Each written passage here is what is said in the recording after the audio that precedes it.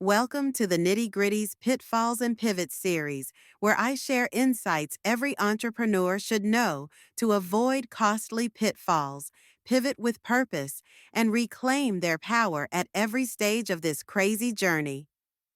Situation. My leap into entrepreneurship in 2001 was a big one with the location for my first business venture, a retail development project. It was a large warehouse building located on waterfront property. With a 15-year lease on the building and the contract of sale to purchase, my team had full control of this valuable real estate site.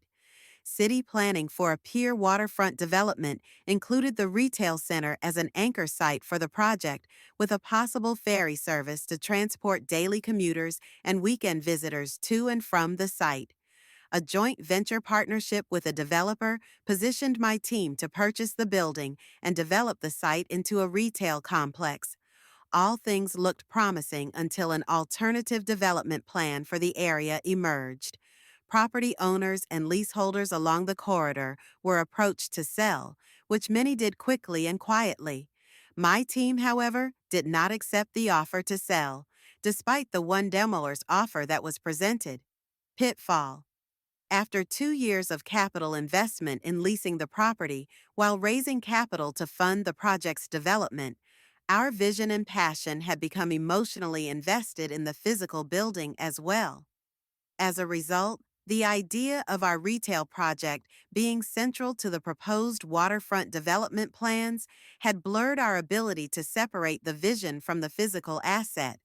This prevented us from making a smart business decision and take the deal for the purchase of the building when the signs were clear that a new development plan for the area had emerged, one spearheaded by a large institutional development group with the influence and resources to override any previous efforts.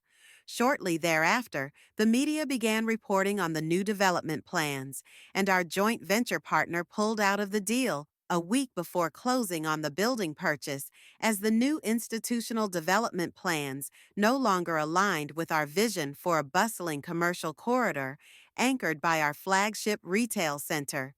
We were unable to identify another partner within the 1-week deadline.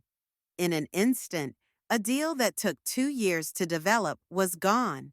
The 2 years of cash investment toward monthly lease payments and the 10% deposit for the contract of sale, gone. To make matters worse, the institutional developer was successful in gaining city approval for eminent domain soon after, and all the remaining real estate along the corridor was seized for the new development plan in the interest of the public good. Eminent domain is the government's right to take private property for public use, even if the owner doesn't want to sell. Lesson. Allowing our emotions to drive our decision was a costly mistake, one that resulted in the loss of valuable time and significant capital investment. If we had sold to the larger institution when we had the opportunity, we could have walked away with a large sum of cash that could have been leveraged to secure another property for a new store location. Lesson learned. Never allow your emotions to be the primary driver of a decision that impacts your business trajectory, regardless of whether that decision pertains to physical assets, team, staff members, investors, partnerships, business strategies. Assess the data and actual circumstances without emotion entering the equation. Once the due diligence has been conducted and you've determined how to proceed, based on the insights gained from the data and research, then allow your intuition to weigh in on the final decision if needed. You will always make mistakes. What you learn from those mistakes is what matters. Pivot. A couple of years later, we did open that store to great fanfare and success in a new location with brand partners, including Nicole Miller, supermodel Iman Cosmetics, Hugo Boss, Tracy Reese, Byron Lars. The nitty-gritty takeaways. Remember, the true asset in your arsenal is you. Your vision, strategy, and skill set are the most important assets you have.